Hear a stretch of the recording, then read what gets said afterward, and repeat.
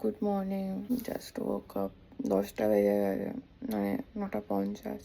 আজকেও 6টায় উঠেছিলাম, তো 7:30টায় উঠি, এরপর 8:10-এ উঠি। তারপরে আজকে আর পাচ্ছিলাম না, কালকে কোনো কাজ করিনি, কালকে সারাদিন বাড়িতে গেছিলাম।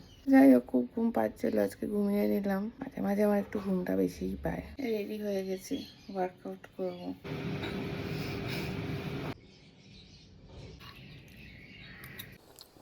কফি। আমার স্নান হয়ে গেছে, এবার আমি পড়তে বসছি। 30 মিনিটস পড়বো, এরপর আমি বেরোবো। মেট্রো করে যাচ্ছি। Returning home. এই দেখুন, আমার মা 3 বক্স পিঠা দিয়েছে। এই প্রথমের এটা এটা এটা এটা বললুন, এইভাবে আমি ইন্টারমিডিয়েট ফাস্টিং করে হবে? কীভাবে আমি রোগা হব? এখন সংক্রান্তি চলছে বলে আমার মা বানাচ্ছে। এটা বানিয়েছে, এটা পুলি পিঠা,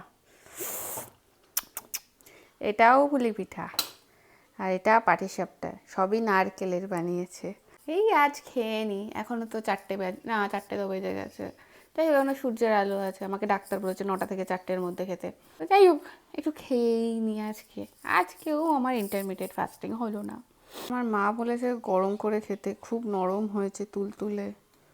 এই গরম করতে গেলে ওই চায়না ক্লে বাটিগুলো লাগবে, অত আমার আর ধৈর্য নেই। তাই আমি ভাবছি খেয়েই নি বলুন, তারপরে মনে হয় গরম করে খাওয়া যাবে। দেখুন, মা বলেছে এটা একটু শক্ত হয়ে গেছে। হ্যাঁ, এটা একটু গরম করেই খেতে হতো। একটু শক্ত হয়ে গেছে, চালের গুঁড়ি। মা বলেছে বেশি করে নারকেল দিয়েছে। দেখি দেখি দেখি, দেখুন নারকেল।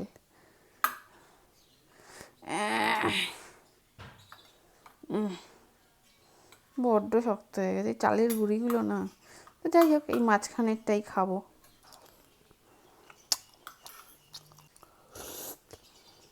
আমার মা এতগুলো বানিয়ে দিচ্ছে কারণ আমার মার জামাই শুভ পিঠে খেতে চেয়েছে। পিঠে খেতে ভালোবাসে নারকেলের, তাই আমার মা এতগুলো বানিয়ে দিয়েছে। আর পাটিসাপটা খাবো। পাটিসাপটা তো দেখেই সুন্দর লাগছে, কী কালার। আমি একটু মুড়েই খাই, নারকেলটা বেশি পাওয়া যায়। চলুন পাটিসাপটা খাই।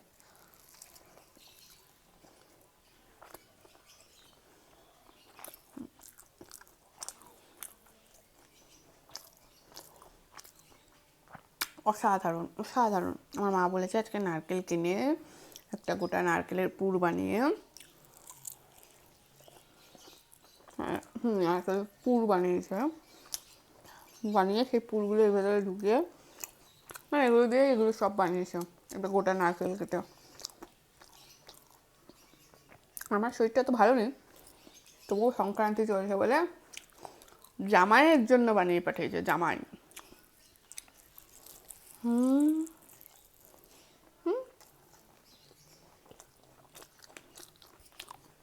যাই হোক, আমারই সুবিধা হলো, আমি খেয়ে যাচ্ছি।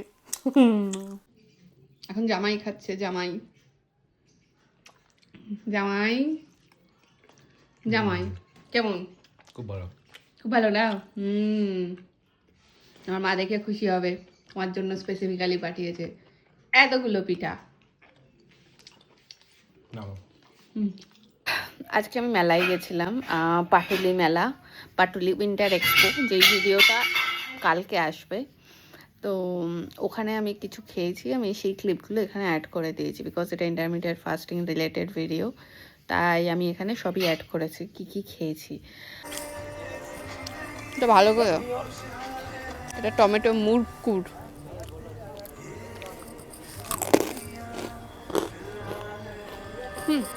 খুব ভালো করে। দেখুন কফি থেকে ধোঁয়া উঠছে। বলো মামনি। আসি। আজকে ইন্টারমিডিয়েট ফাস্টিং ফেল করেছে, বিকজ আমি আজকে অনেক পিঠে খেয়েছি।